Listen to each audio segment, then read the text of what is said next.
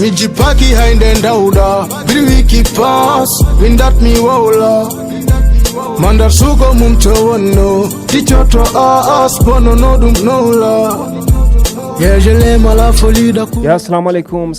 guys, assalamu alaikum tout le monde. En garté émission modon mom Zut King wadanto mon kala saha émission men émission wurab donc eden biye yebobe yo jokku golle e hande eden jogi do gari mondi en fait e no gas wonde hayso wona artiste mo gaddanden yimbe donc mo en gaddando en neddo to ko gari mondi yimbe jewta kadi affaire gor boddo faydu donc avant eden puddo kokki mo salmi bandirabe donc assalamu alaikum bro. Wa alaikum salam mo juri mama jaay ya plaisir salmitim ya salmitima telemede fo kadi salminima e yebobe donc e calminma no fewi ko wona dum yidde andindebe holmo woni duubi du tout d'abord mi salmini téléspectateur yebobe telembed wala internet uji yebobe telembed ça fait plaisir parce que ko télé god mo ganda min koy bernam woni anam ko ganduda hen tout le temps den kalde hen également. Donc moi je me nomme Aboubakri Indende donc Kairaji ko Aboubakri woni hen mais plus connu sur le nom de Doobidou un jeune citoyen lambda africain bien mis donc voilà. Donc en wada en gas wonde taw ko Doobidou donc boydo nanede en dilla hip hop e woni ciagal artiste uji yeso en fait taw en gas wonde ko ciagal woni donc en gas wonde taw won wiyobe Doobidou won wiyannobe Doobidou VFC won wiyannobe Doobidou Jazz 222 won wiyannobe Doobidou Humanity One Family donc hande en gas wonde taw en nane Doobidou rap tigirigi mo radio télé fulbe wallahi donc emin jinno andude hol motivation joginoda ha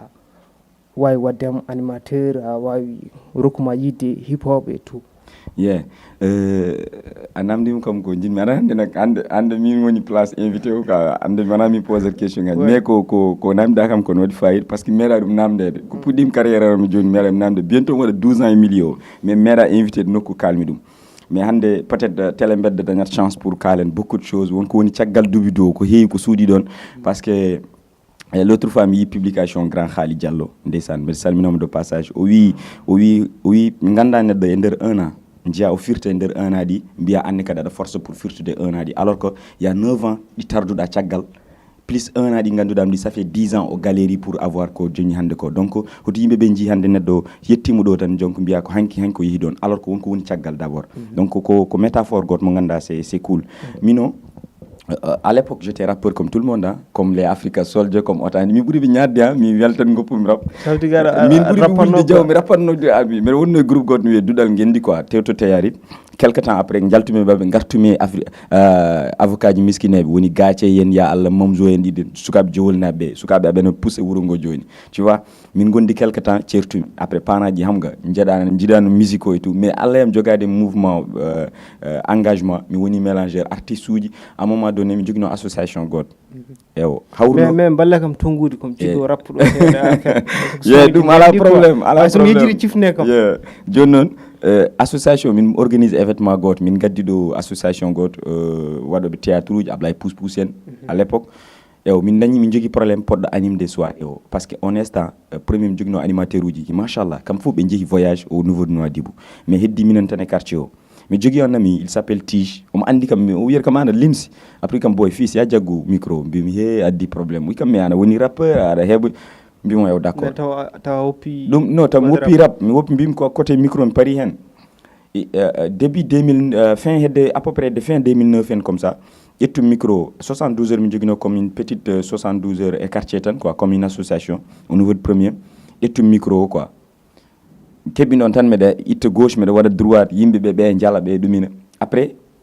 mi jogi grand frère mon donc kanko organisateur Oscar de vacances à l'époque ko capital tan premier organisateur Oscar de vacances kala mo jouani premier wala capital wiet ko kanyum mato artiste wona Allah wadi pour résumer rek Allah wadi o wi kam boy bade animateur uji kam fo ko yaabe voyage kam fo ko yaano bi Nouadhibou wan ko xewno ton festival mi anda donc art animan amen on woni première fois mais ƴetta micro devant public ni mais anime Oscar des vacances il y avait Linde Buzz de Nouadhibou o arita comme c'est un cousin o ari tawi kam ɗon e scène mi anima donc woni moment ji gandanɗa hoorema c'était pas juste c'était quelque chose de fun quoi wona pas carrière waɗano hen mais après retour aji gone arde quoi de danji bima non mais putain ko mbatta ko ne moƴƴi continue amin cohli ɗum ɗo leggal ngal sohli jeune baɗo ni par ce que humour mo mbaɗannomi nder hen o ka ne wanno rare e nder animation ça veut dire que ngara tu joues avec public o tu blagues avec des gens et tu connais tout le monde en fait donc après amour oɗon yimɓeɓe mbi kam mais il faut continuer ko mbatta ko après mbimi bon pourquoi pas mi waɗani haydara ko mbiɗa yiiɗi showbiz o et puis pourquoi pas ni woni engagé mi hen petit à petit mbiɗa waɗa hen ha Allah waddi kam e VFC Pro hande hikka mbaɗen bientôt 10 ans ko gandodiren mabɓe guila haydara suwa wonde ɓe encadre kam encadrement goto mo gandanɗa hoorema je peux dire que les 90% ko produit mabɓe en fait parce que ko ɗo kalata min jeehi tournage uji mi haalanma affaire goto ha tournage uji gasi min gara min jiiɗa tegde affaire o Moussa wi kam ɗum ɗo fof moƴƴani min supprime tournage o ɗon parce que y avait des fautes waɗa erreur uji waɗa fof ça veut dire que ganda an ɗo gonɗa ɗo aɗana rampa quoi aɗana jangga pour résumer à la base ko ɗum ɗon en fait yeah. donc caggal ɗum ɗon e caggal ɗiɗon probléme uji wadde step by step seeɗa ko ni wona ni donc ha hande en gasa wonde duuɓi du min ganda holto mutiri ha suppitiri amen to télé fulɓe mi haalanma pour sincèrement haalde ko télé beddo quoi tagi men dokɗen tan ko Mauritanie hokkani min ko jiɗɗen ko et puis bientôt anne aussi kalde public o meɗen lança ɓe kalde public o jaggani mon so ɓooyi an ma dog caméraman ma dog par ce que wuuro ngo ko wiyete côté média ɓe kokkani ɗum valeur muɗum en fait tu vois a wona ɗo 100 ans 4 dimanche les gens mbirtuma ni mais ɓe maskoma aɓe gandi ko Mamzo animateur woni ɗo mais ɓe mbiyata même pas gagne big up ko mbatta ko c'est nice enen nule Mauritanie ngala oɗon culture en fait ɓe goppuma nder alors que mbawi félicitedemo ɗum ɗon tan en wawi widemo donc ben fat mi jooɗo e wuuram par ce que les yimɓeɓe jiiɗi ko mbaɗami ko min waɗi Rak TV mi couvri ɗo sorti album ngaji comme l'album de ina wona advice mi couvri ɗum ha gasi naate internet o jiiya hol site goɗɗo couvre ɗum ko wona site Rak TV tu vois ce que je veux dire mais c'était tout à fait problème pour tan tadi que ne heewi muhuñaji gonɗi nder mi en jeehiɗo soirée ji acoustique ɗi DJ X waɗatno mais men après à un moment donné a ƴewda tawa ko jiɗɗa ko leydi ma jaɓani rokkude ma ɗum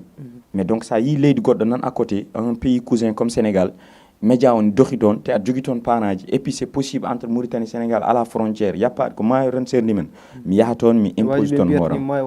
exactement mais avant ça ne waɗi goɗɗum ko suuɗi caggal mi haalama affaire goto milieu animation oɗo c'est un peu compliqué min j'ai galéré avec milieu mi aranno caggal X omon heeɗi kam mi ara caggal Khali Diallo mi ara caggal Féroce omon Paris maintenant Linde Buzz mi ara caggal mami daro caggal bafuji mi wiya goto hokkam 2 minutes tan 2 minutes mi haala hen des fois joomum yejjita ha concert gasa jaaɗa énervé jaaɗa sehi mi aranno radio mi pour wadde stage koɗe au niveau de radio Nouakchott privé o mi tawjon Féroce min gone stage bara mi kara woy kam he ko mbaɗɗa ko hay dara moƴƴani hen mi yaha mbeɗa woya nder ɓerda mbeɗa andi oɗo to woni mi wiya o ko clash kam mais après mi andi fourniture mo jomumen mbaɗanno e ma o ko holɗum ko andindem wonde hunde wona ari tan a heeɓi ɗum il faut galera et à un moment donné aujourd'hui on dit alhamdulillah on a animé pas mal de festivals scène uji ɓurnoɗe yimɓeɓe animateur scène mo rewanno foof nder Mauritanie moi je pense que mi waɗi ɗum mi wiyata je n'ai rien à prouver wuuro ngo par ce que la majeure partie anda kam so wona game hip hop o alhamdulillah par ce que ko ɓen jogdimi affaire en fait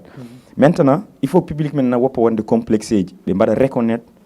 leur élément que ça soit wona artiste o somi wi artiste en nawri fof mais que ça soit e nder branche uji animateur o hip hopeur o méloman o enen fof e mbawondude star uji en fait il faut ko wooda yaaruɓe oɗo côté wooda heddiɓe oga côté ɗum hokkat mouvement o avance pour jekki tan yimɓe jii kam mbiɗa suppiti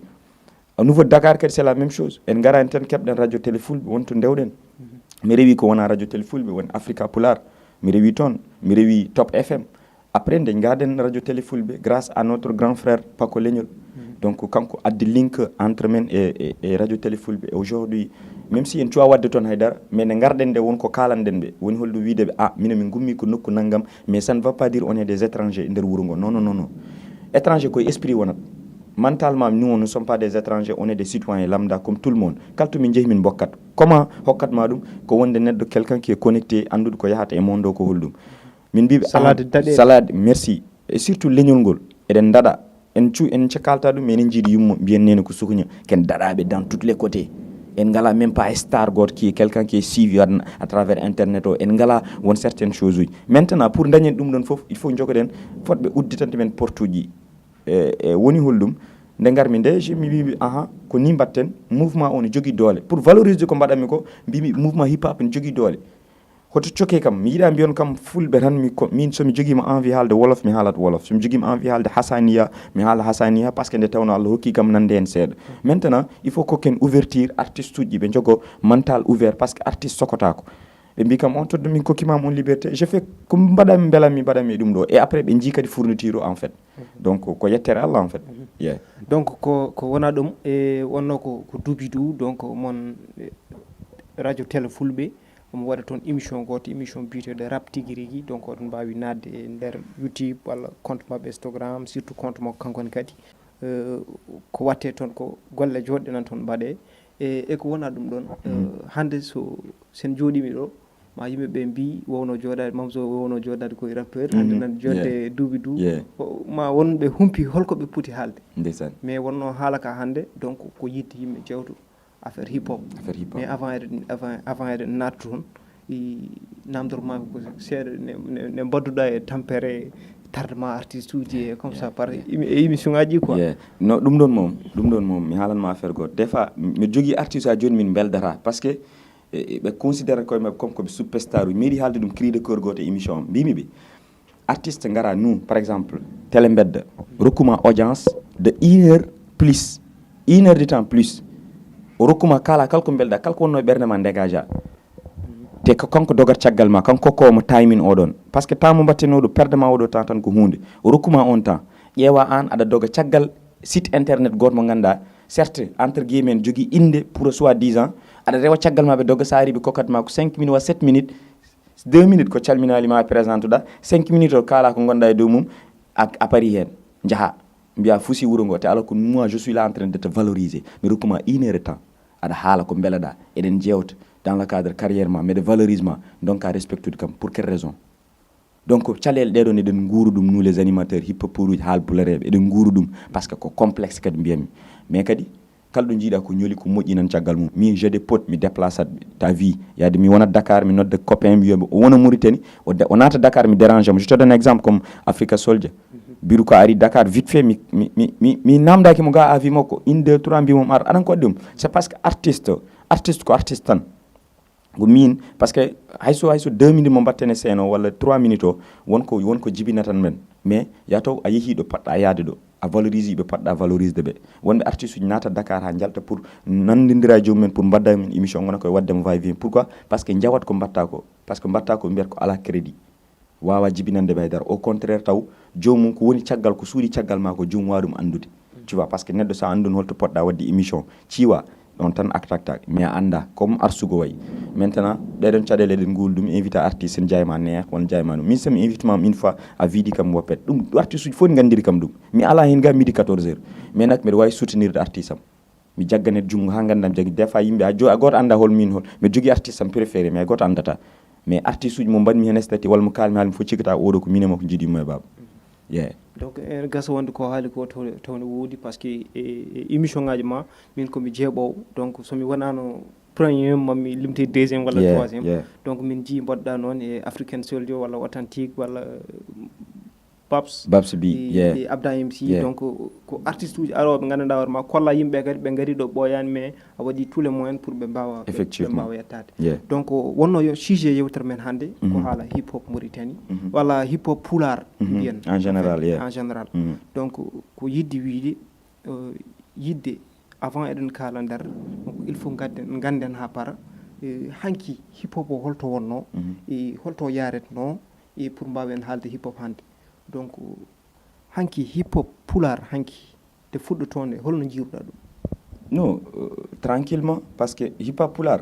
je pense que en tardani mais gonnen koye wadde chemin men tan tranquillement des fois min nana yimɓe mbiya hip hop on tardi no tardani c'est parce que hip hop woni hip hop Galsen par exemple fuɗɗima guili hip hop Pulaar soit fuɗɗade en fait manam ndeɓe rappi nde nden rap Pulaar haysono wodno mais waɗani fes quoi ko less woni donc wadde koɓe daɗi men ko c'est normal différence oɗon wona ɗon maintenant eɗen mbaɗa chemin men je te donne exemple hande sa ruttima musique hanki par exemple e B.O.B musique mo ɓe mbaɗatno ya Allah jam ɓeɗo yen pakko leñol en à l'époque e hande musique mo boyɗi mbaɗato wona gotum en fait ko heewi serti par ce que aduna o yaari noon quoi so tegi koyngal tan teg koyngal musique o change par ce que style musical goto kesso ari drill ne woodi goɗɗum ne woodi par rapport e nden jeto exemple nden grand ɗi nden so tawi an heeɗima couple ji mabɓe fof sa yanan hen couplet goto mo ganduɗa 12 mesures rime croisé complet a weltotako mais hande ƴeew sukaɓeɓe a yiyat goto waɗatma tek des métaphores ɗi ngala e nokku des punchline uji ɗi ngala e nokku c'est à dire culture musique o change donc ça veut dire ko eɗen avance petit à petit surtout no génération garɗo joni o ɓe paami style musique o ko hollum par ce que ɓe gari ɓe tawi ɓe kawre plateforme grand ji kawrane plateforme mais y a une chose ko serdiɓe hanki e hande ko yawi réel public wodno hanki mais hande réel public o wodani réel public o hanki ɓe ganda internet ko affiche yimɓe coynoɗa walla des fois nana e écho ji concert kaari no woodi yimɓe ɓe garata heewa dak e par rapport e joni yimɓe fof ko via internet quoi sa waɗani programme uji ma internet heɓata par ce que monde o yarete ɗon en fait par ce que nden hayso waɗino vente o ko vente physique wonno voilà donc e nder oɗon public mo mbiɗa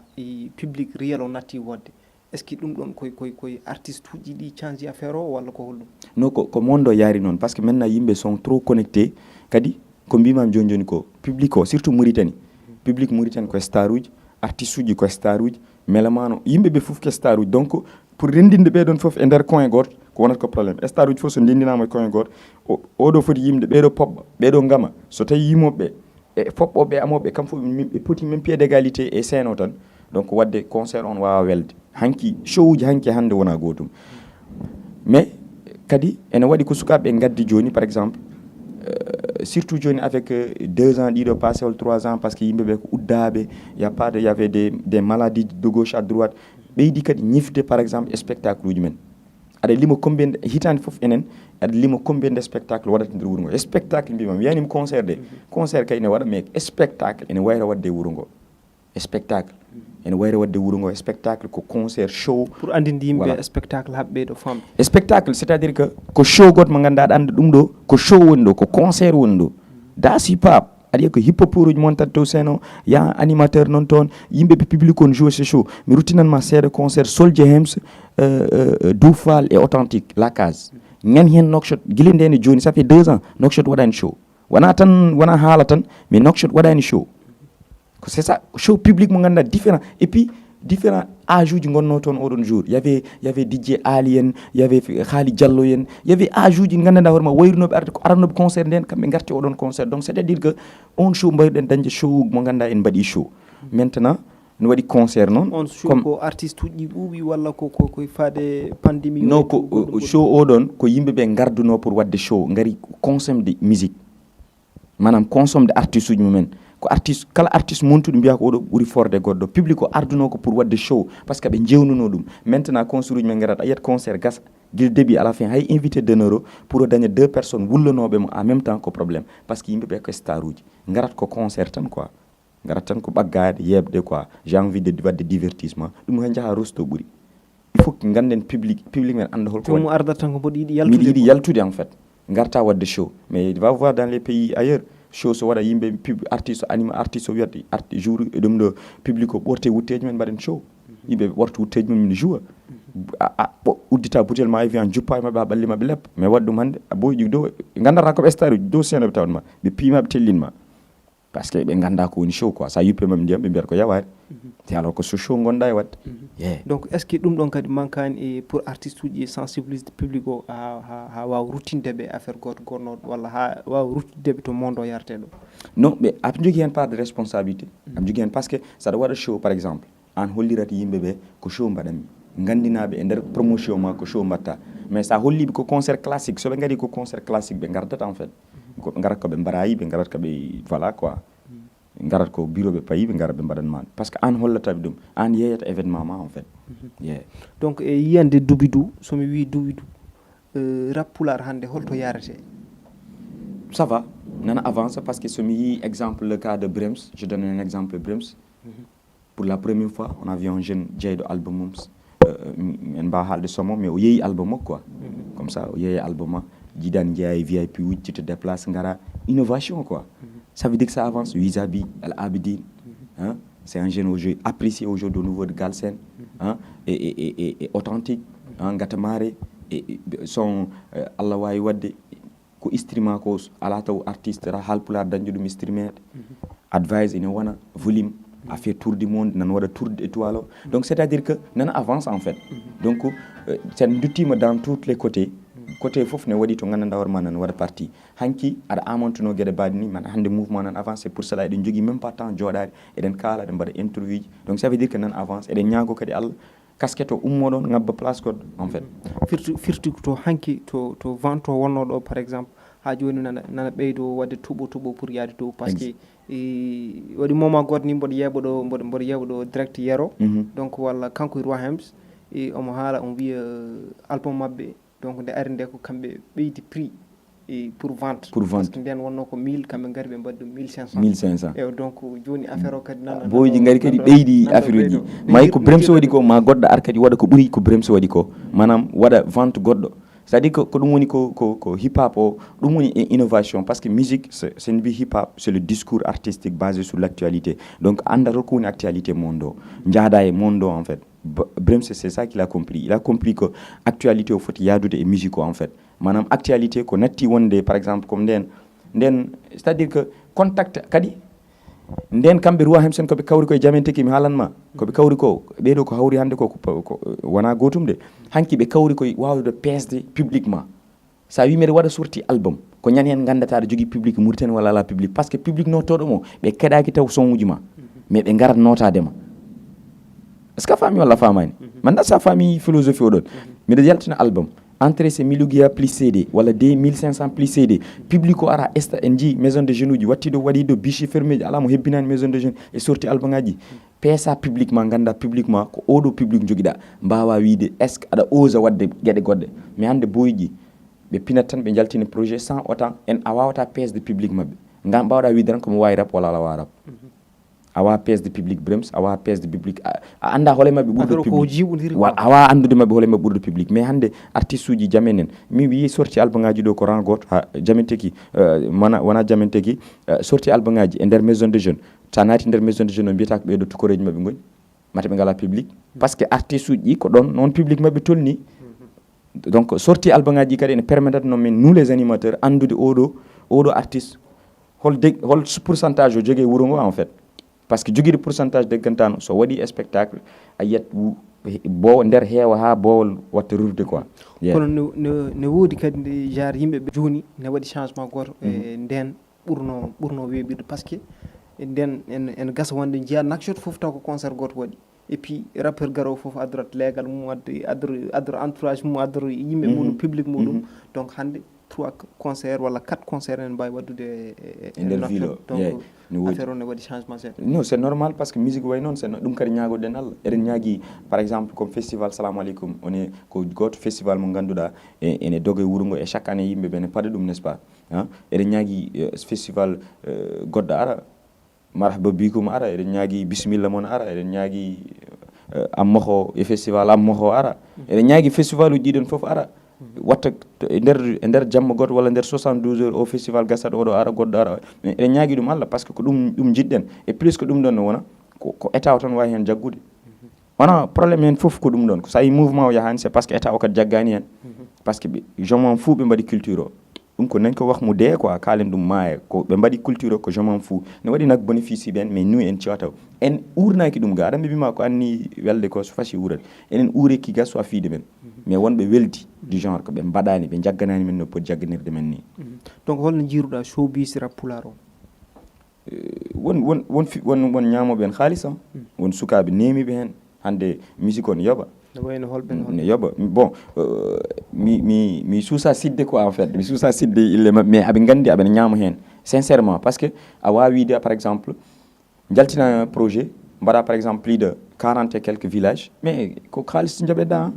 haalis joɓata mais an ƴoƴat an andata oɗo haalis ko haalis musique investir kadi haalis o e nder musique mo mbatta o on kadi jibinanma goɗɗum kadi jaltina hen mais hewɓe ne jagga hewɓe kadi ko ɗon ɗani en fait jagga haalis mais ɓe ɓe mbatta ɗum mi watti yiide yimɓe ne publié concert uji mbiya dañi 50 et quelques concerts e nder année goto. On a vu ça authentique, il a fait ça tout récemment. O wima nder 6 mois waɗi 40 et quelques villages 40 quelques villages ɗi o yaha ko hokka ko weccit ko haalis o rokka te haalis o mo waɗa hen business uji makko mo waɗa hen affaire uji makko te sirma rem peccen nawani rem peccen nawatama kanko e entourage ma fof haalis ɓe jiiɗi ɓe haalis ɓe pijirta ɗum ɓe ɗuminani ga. C'est à dire que j'aime bien il faut ko gonen osen quoi en fait osen de imposer yimɓe ɓe ko mbatten ko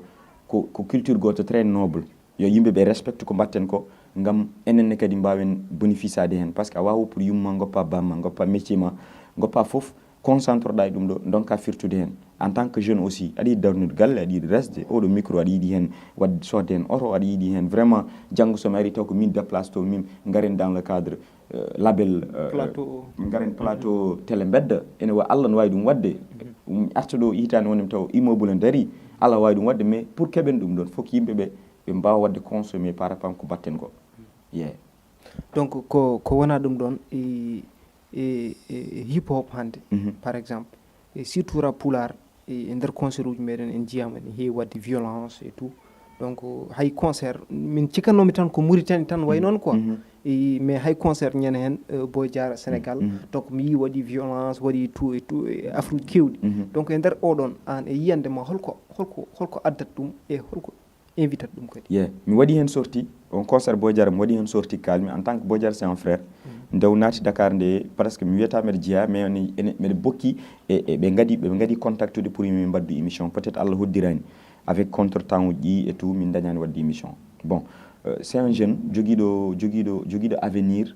je dis pas talent mais ko avenir kalami en fait talent et avenir wona gotum joguiɗo avenir c'est à dire comme jogui public nan caggal makko mais talent o aussi ko kanko waɗat ɗum e hoore makko hay goto watta ɗum e makko c'est à dire que o originalise musique mo waɗato mi waɗi hen sorti kalmi haala wonde spectacle ola ko bonni ɗum sona yimɓe ɗiɗo organisateur uji e kanko entourage makko par ce que artiste ko mi ɓooyi haalde ɗum ko jogoto background on ko holto goto fof bonniri c'est à dire que organisme ɓe ƴettani responsabilité uji mabɓe woni hol ɗum sécurité o no manqueno min j'étais pas là-bas mais après ko kemmi des informations et des images que je vis c'était naze manam avait pas de sécurité en fait il y avait que nous on est des collègues eɗen mbaɗa spectacle nodden copain men ngara mbaɗan min sécurité donc wona sécurité waɓe wadde sécurité ba sa addi copain ma spectacle wonno welirat o yejjitat kanko ko addimo ko par ce que o siyat tan ko wonde ko copain jam organise surtout ɓe gaddani sécurité ɓe gaddi tan ko copain mabɓe goto fof daranomi ɗo voilà erreur goɗɗo e entourage Boy Diarra sa joguima artiste an onon goni background makko quoi caggal makko ko onon goni onon couvertat artiste o ɗum woni valeur de directeur artistique so tawi artiste man yaha spectacle en directeur artistique o tello e terrain o pour mbaɗa soigné malfaituji jahoji ɗon e terrain o manam espace koppana artiste ma espace plus kada waɗana artiste ma espace plus que mo wona libre e scène o après ɓe mbatti spectacle goɗɗo ɗon même place mais a yino way par ce que point ngaji min soulignoɗi ɓe cukki ɗum to yulno ɗo fof ɓe cukki ɗum nde a yi wadde spectacle o rewi lawol donc c'est à dire que c'est juste koye point de vue tan kalnoɗen yimɓeɓe kadi jiiri ɗum vraiment c'est positif et alhamdulillah donc ko wona ɗum e caggal ɗon par exemple en jii artiste uji hande musique o donc nanede ne weeɓi par ce que sa waɗi son goto e to jiɗɗa yettoɗo ɗo yettoto par ce que affaire kewɗi gaari hande donc en jii artiste uji e won yimɓe nan ɗo dañat succès taw mbaɗani carrière donc an hol yiyandema e won affaire ko mbimami ko succès carrière wona gotum wonen ko succès tan intéressé ɓi yo indam nane mais taw waɗani carrière yo indam nane la majeure partie so indema nanama nata gueɗe cahan rewde sukaɓe rewɓeɓe rewde to tourneɗa foof e nder potoji nokshot foof mbuɓɓonirɗa hen a wawa wonde valeur a jogata ko valeur e guite publiquement en fait manam même so kaari wi min mbiɗa yiɗi kaari wiyatma ko ya angle naggam sa darima ɗon mo wirtuma ɗon déjà woni image goto cofɗo déjà ɗum wona slogan artiste wona slogan artiste donc artiste ko neɗɗo ɓurɗo wonde rare a wiya ko ya dog publiquement mais neɗɗo ɓurɗo wonde rare hoto tawi gueɗe ñakkiɗo fayida kalɗo yimɓe ne tawma yo tawi koye événement mo ganduɗa ko événement mo yimɓe poti tawdemo ɗo manam won neɗɗo moftiɗo ko en fait plus kada wona rare guite yimɓeɓe plus kada jogo valeur yimɓeɓe maintenant ne waɗi ko gandanɗa hoorema carrière o e succès o plus que aɗa anda ko jiɗɗa c'est à dire andude ko yiiɗi ko wadde carrière waɗi ko étape quoi manam stratégie mbatta oɗo ndeɗo hitande jaltinten ko 2 mixtape engagé den album wala ndeɗo plan de carrière manam ko ɗum ko entourage ma kadi janguintuma ɗum walla an personnellement foti wonde hakkille ma mais hande sukaɓe ko mbimam ko a yaltinat son goto waɗa effet surtout le truc de TikTok là ne tampini artiste uji waɗa effet 2 ou 3 jeunes filles snap ɗum des jeunes filles ɗi ganda bon c'est des jeunes filles entre guillemets koni mbaɗa ɗum TikTok tan pour ma an a fusi wuuro yettima hay alors ko a yettaki tawa e nokku ɗum waɗi goɗɗum ko woni caggal en fait non c'est vrai ɗum waɗi goɗɗum ko woni caggal yeah donc ko wona ɗum so neɗɗo par exemple neɗɗo ne waɗirta heɓa succès taw waɗani carrière donc firti ene ronka ene betta ɗum ronka andude holno foti gérude musical muɗum beaucoup d'artistes donc e ɗum ɗon donc est ce que ko manquude staff walla ko hollum ɗum tan artiste mo ala staff ɓurma ñolde artiste mo ala staff fof on ɓurma tampude mi wiyani watta carrière ɗe mi hokkuma exemple ne waɗi deux choses jaɓa yaadude yimɓe jaha to woɗɗi ma leel noon mais ma yaha to woɗɗi so tawi aɗa yiiɗi ko mbatta ko ma yaha to woɗɗi par ce que a jaɓi yaadude yimɓe hay goto faddotako e lawol ngol hay goto tampintama e lawol ngol par ce que aɗa jogui yimɓe nane gonde ma mais jaɓa yaade en goto ma yaw yaade ma won yeeso mais ma yaw dartade ɗum woni jogade background on e wasde jogade background on par ce que aɗa yii hannde wona yimɓe succès bettaɓe tan tawɓe lawol donc mi fooɗa duuɓi ko gam goto ar won ménagére am mi fooɗa goɗɗo ar wonam temps ar wonnam temps ar wonnam directeur artistique donc holko foti intéresse ude artiste o jogo ɗum gila succès bettanimo en fait entourage o artiste tina rien artiste woni hakkude ma e élément ji ma tan ko ɓe mbima minen min mbaɗi consulté par exemple produit nangam ene sohli mbaɗana ɗum publicité walla place nangam ene sohli mbaɗana ɗum spectacle min kaldi contrat konna manam maɓe kokkuma des informations a wona gumɗo e maɓe kokkuma des informations mais an tina rien à décider mais par ce que kon haalduɓe avant aɓe décida manam minema ken haalduɓe afayde mbaɗa interview o nde jagguɗen jour jagguɗen waktu mbawɗen jooɗade ɗo en pinan tan pottuɗen ɗo en fait c'est pas hasard donc artiste kadi e entourage mum ko noon vous avez une communication de base lesso mais ko heddi ko anti mbaɗa croiser les bras ma j'aime bien de voir artiste mo ganduɗa haalata e ɗum ɗo mum e entourage mum ti laisse entourage ma dirige mais e nder 6 mois ƴeewon mbaɗi évaluation regardez est ce que ko mbaɗɗon ko pendant les 6 mois là est ce que ça avance ou ça n'avance pas si ça n'avance pas ƴeewe tour ko holton koye artiste o walla koye an ménageur o walla koye directeur artistique o parce que y a beaucoup de ko mbiɗa joni ko on est des potes je te fais mélangeur alors que an ala même pas culture hip hop o culture o déjà ala ɗum tu peux même pas wadde demande t'as pas forcé mbawa windude mais aɗa wawi foti andude holmo mbawɗen yaade ha wawa windande men demande de sponsoring final quoi voilà demande de sponsoring mbawen dépose ɗum quelque part tu vois ce que je veux dire musique mauritanie nan avance de mais eɗen jogui caɗele côté ko fate côté entourage surtout parce que ménagère aɗa foti wonde neɗɗo joom mental quoi neɗɗo joom ouvert kadi jaajƴo par ce que neɗɗo en tant que joguiɗo artiste façon neɗɗo fof ma arema façon problème faut ma rencontre mais comment tu vas gérer le truc comment nous mbawɗa wadde soigner l'image de ton artiste est ce que artiste man jogui droit kala to invita o yahat est ce que mo jogui droit yaltude kala lieu est ce que mo jogui droit yaade kala concert mo invita ɗum ɗon fof ko stratégie ɗum exemple hande aujourd'hui hip hop en jii même pas une semaine 50 Cent Lil Wayne les anciens artistes mbaɗi retrouvaille e stratégie woni ɗon wona haydara ko stratégie par ce que ɓe jii boyiji nana poussa joni kamɓe pour ɓe marque ɓe gandi et puis guichet fermé stade mais ɓe kebbini ɗum hol binoɗo ɗum hol miijinoɗo ɗum donc ɓe pintan ɓe caame yimɓe hay classique o ka hewitani yimɓe quoi c'est important donc c'est à dire que stratégie woni ɗon ɗum ɗon koɓe programme ɓe ɗum wona hande wona hanki koɓe programme ɓe ɗum koɓe ƴettuɓe temps maɓe mbaɗi ɗum donc artiste jogo wiyete que plan carrière ko c'est important yeah donc staff o staff o ko holno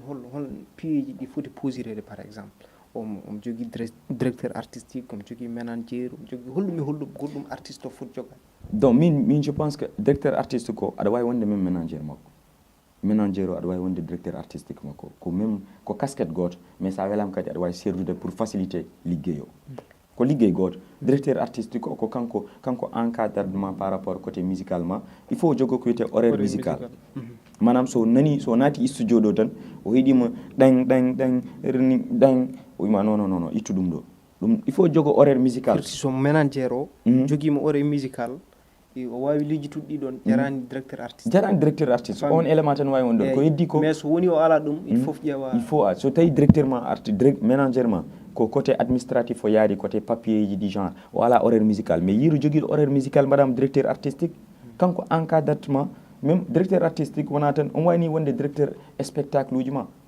par ce que so a jogimi spectacle kanko telloto e terrain o anda oɗo salle ene wawi ɓeydudem walla ko wawi ustudem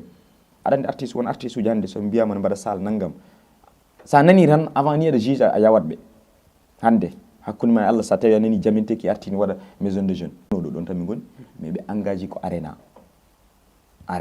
ko stade ɓe engagé ɗum donc c'est à dire que a yi ɓe ngabbini casquette o par ce que ɓe tolnimo ɗon min j'attendais même ɓe mbiya kam stade olympique mais aɗa andi kadi ko ɗum ɓe jiiɗi par ce que ko sûrement ko ronkuɓe hebde stade olympique tan donc c'est à dire que c'est-à-dire ko ɗum woni valeur directeur artistique o yawajma e terrain o anda ɗum ɗo ne ɓeyduma ɗum ɗo ɓeydetama oɗo musique ko musique ma oɗo wona direction ma des fois nak musique ko musique tan des fois musique directeur artistique man wawi wadde tendance goto kewɗo tan o wima nannu hen plus de 12 mesures e oɗo affaire horaire musical tan woni directeur artistique sa joguima horaire musical aɗa wawi wonde directeur artistique ma par ce que mboɗo yi hay wone artiste uji ni hayso wona tan e rap pular donc jomum faye wadde album mi yiya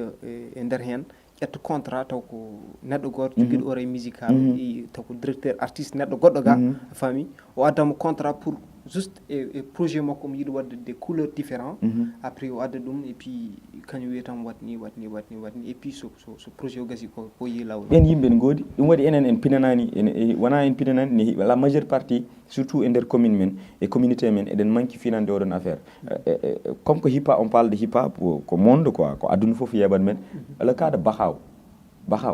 Bakhaw aujourd'hui ko horaire musical o jogui sa yi artiste uji sénégalais ji fof ɓatti mom c'est parce que mo jogui horaire musical tu l'as vu avec Wally Seck jiyamo e Viviane Ndour mbiyamo e gaka blende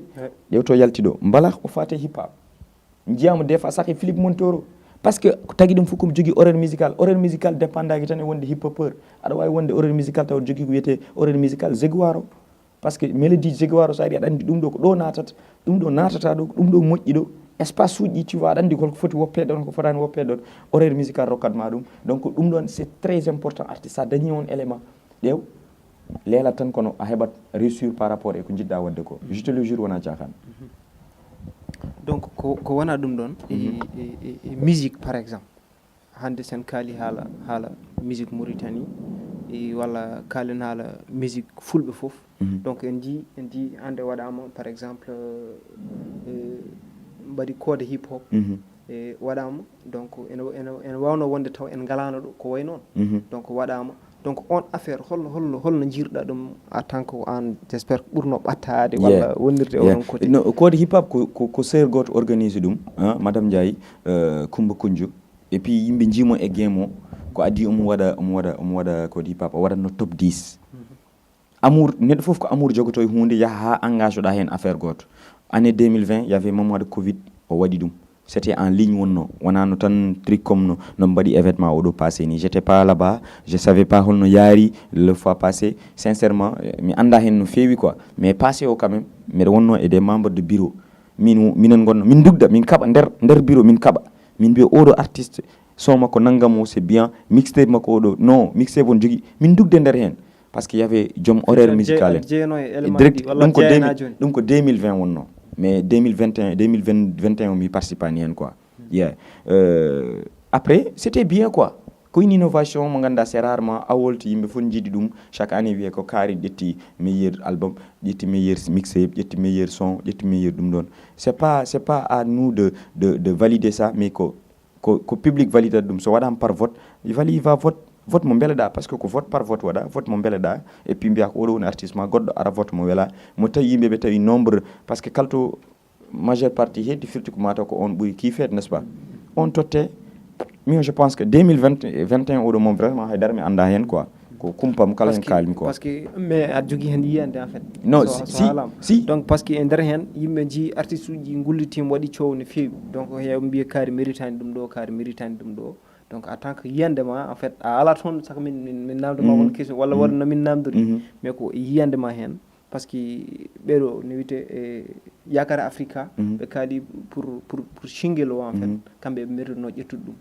a faami donc yimɓe kadi nana coow wonde pakoleñol fotani ƴettude meilleur album bon min je préfère mi wasa haalde hen quoi vraiment je préfère mi wasa haalde hen par ce que mi ala ron quoi non en tant que hip hop yiyande tan en tant que yiyande ma bon min je pense qu'il faut jogui envie haalde ko mun faut jogui envie haalde ko wela mi je donne un exemple go tokos tout à l'heure me expliquant mi c'est-à-dire mi wondi direct e roi hems quoi direct Facebook amin jewto quoi hasardement rek parce que tout le temps min bada dum mi andani bindudo message less album kari ni weli tu vois ce que je veux dire après album be mbi c'est-à-dire il y a des questions tan ça code déjà be mbi album kari ni weli mbi mi non vraiment mais est-ce que taw on sujet kala non min kala on sujet mais on sujet ko tawti amene lawol ngol mbi mi be écoutez bien hoto fat ha momzo wada émission mudum e nder émission o mbada hen commentaire pour wiide momzo kari nangam c'est-à-dire qu'il est en train de te faire comme si de mal en l'aise par rapport avec les gens tu vois en ettu initiative ma wad directement wala posta dum internet ma ad jogi internet ma poste dum hen hoto sa nani dum hen c'est-à-dire que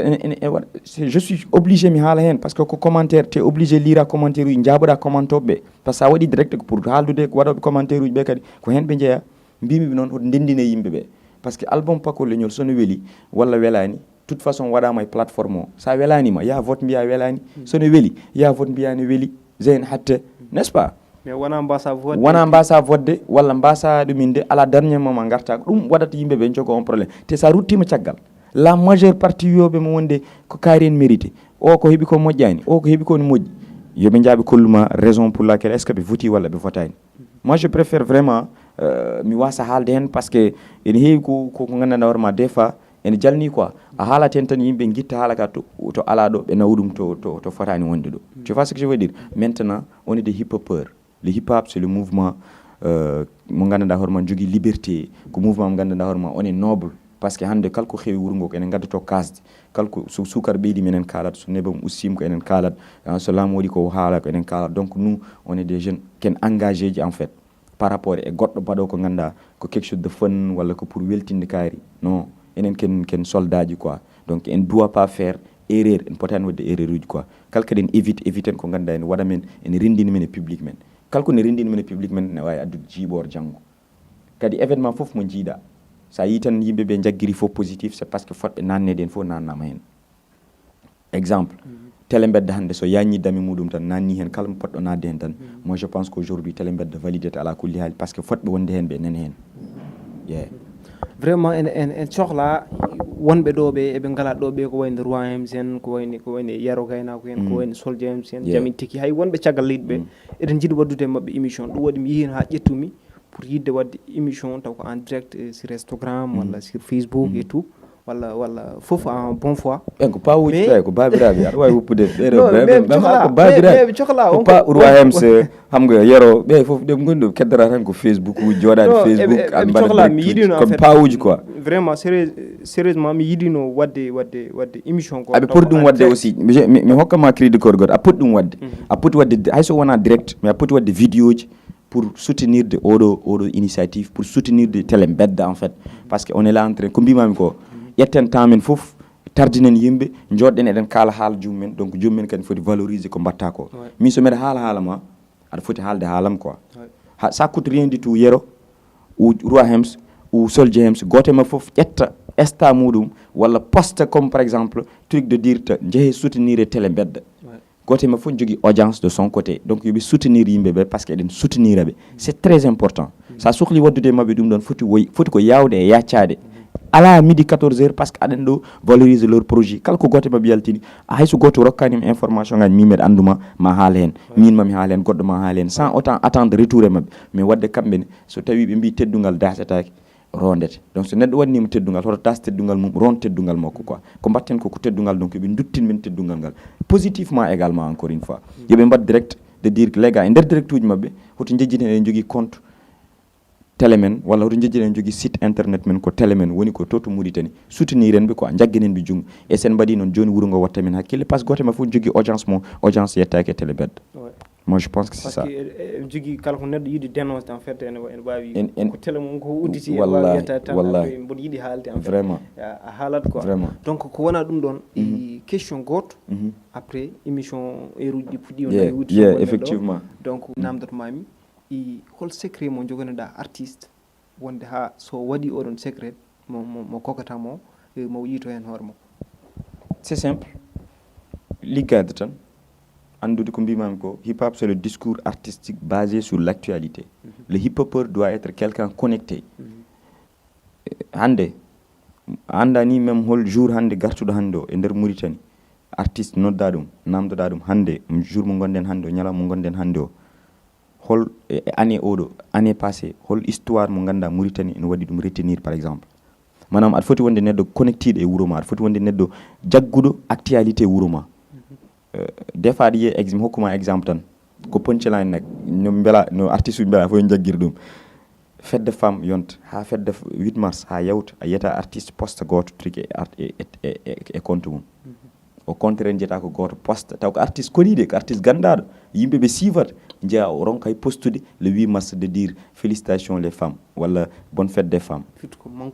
manqude actualité a wiyaka tan ka hip hopeur a fotani postude ɗiɗon affaire ko ɗum ko détail ɓurɗo famɗude mbimami détail ɓurɗo famɗude debbo guel won sukaɓe violteɓe ɗo e nder wuuro ngo chaque instant hanki mbeɗa yeeɓa télé goto ne ene télé Mauritanie ene waɗa hen souligné artiste uji ganda ni holto wuuro ngo yarde holko heewi holko heewi ko hewani le souci de fédération avec l'équipe nationale et CAN oɗo passé artiste uji fof pour yaltude kala hen de dire à quelle raison que notre coach on est des citoyens lambda on doit participer ko développata wuuro ngo mbasen focalisade studio ji ɗiɗo j'ai bien vrai yaltinde quelque chose de fun yimɓeɓe TikTok ma ne weeli mais n'oublie pas ka artiste représente des voix des sans voix so viol ko waɗi sukaɓe violaɓe ɗo marche ne mbayno kooce yaltu waɗ une vidéo waɗ direct Facebook hay so tawi no ɓe mbi won postoɓe ɗum tan hayɓe tinani ɗum tinna ɗum ko c'est important ko enen kokkata public o enen goni télé bedda ko enen goni télé bedda en fait enen kokkataɓe information ngaji wonko yo message o ɓennu secret o ko ɗum tan won connecté ƴeewa joni ma yi gueɗe ma avance c'est ça donc yimɓe yeɓoɓe télé bedda ne wayno émission meɗen fuɗɗima woɗɗoyde walla heure uji meɗen hankkadi natti hewde ko heddi donc ko wona ɗum ɗon kokka yimɓeɓe e konngol baynirgol après yimɓe mi arta yimɓe mbawa bon konngol battiɗingol mi wiyataɓe mot de la fin abda wi kam oɗo wiya mot de la fin moƴƴani konngol battiɗingol donc konngol battiɗingol ko wiide yo yimɓeɓe soutenir men on a besoin de ça sincèrement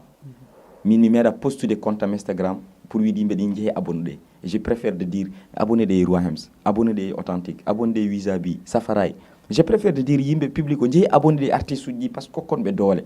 artiste uji ɗi kadi comme noon ɓe poti kodde valorise kadi animateur uji maɓɓe ɓe guittana men gueɗal ha timma par ce que soi-disant ko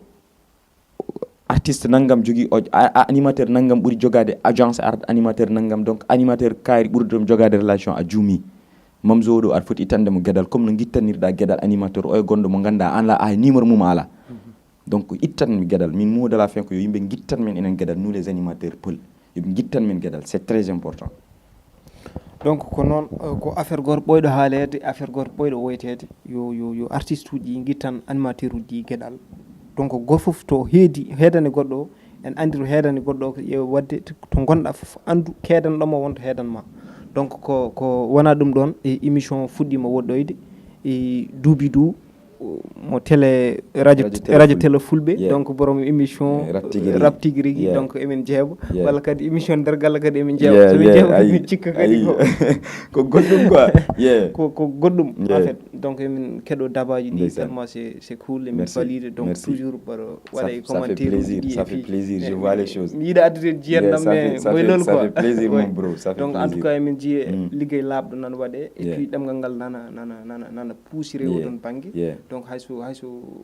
ko ga ɓuuri hewde en fait oɗon mbaɗa hen ko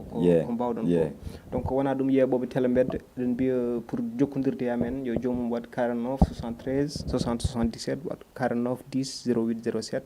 donc ha joni ko émission meɗen Wourap e ha saaha goɗɗo inchallah merci beaucoup big up